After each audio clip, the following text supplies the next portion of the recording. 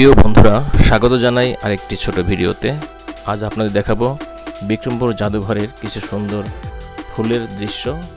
আমরা বিক্রমপুর জাদুঘরে গিয়ে দেখতে পেলাম এই যে গাছগুলি, আর এই গাছগুলিতে দেখুন কত সুন্দর সুন্দর ফুল ফুটে আছে, যা দেখলে মন জুড়িয়ে যায়। এই যে একটি ফুলের গাছ, ঠিক এটি বিক্রমপুর জাদুঘরের ঠিক সামনেই এই গাছটি। শুধু একটি গাছ নয়, এরকম অসংখ্য গাছ এই বিক্রমপুর জাদুঘরে আছে। আর এখানে কি চমৎকার চমৎকার কিছু ফুল ফুটে প্রকৃতিকে সাজিয়ে রেখেছে।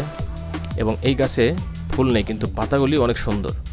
দেখুন না, কত সুন্দর সুন্দর সবুজ পাতায় এই গাছটি ভরে আছে, যা দেখে চোখ জুড়িয়ে যাচ্ছে।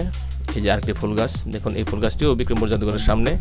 এখানে বিকেলবেলা অসংখ্য মানুষ ঘুরতে আসে এবং এখানে কিছু পিকনিকের স্পটও, অনেক মানুষ দূর দূরান্ত থেকে এখানে পিকনিক করতে আসে। আর এটি হলো বিক্রমপুরের জমিদার যদুনাথ রায়ের বাড়ি, যেটি এখন বিক্রমপুর জাদুঘর এখানে স্থাপন করা হয়েছে।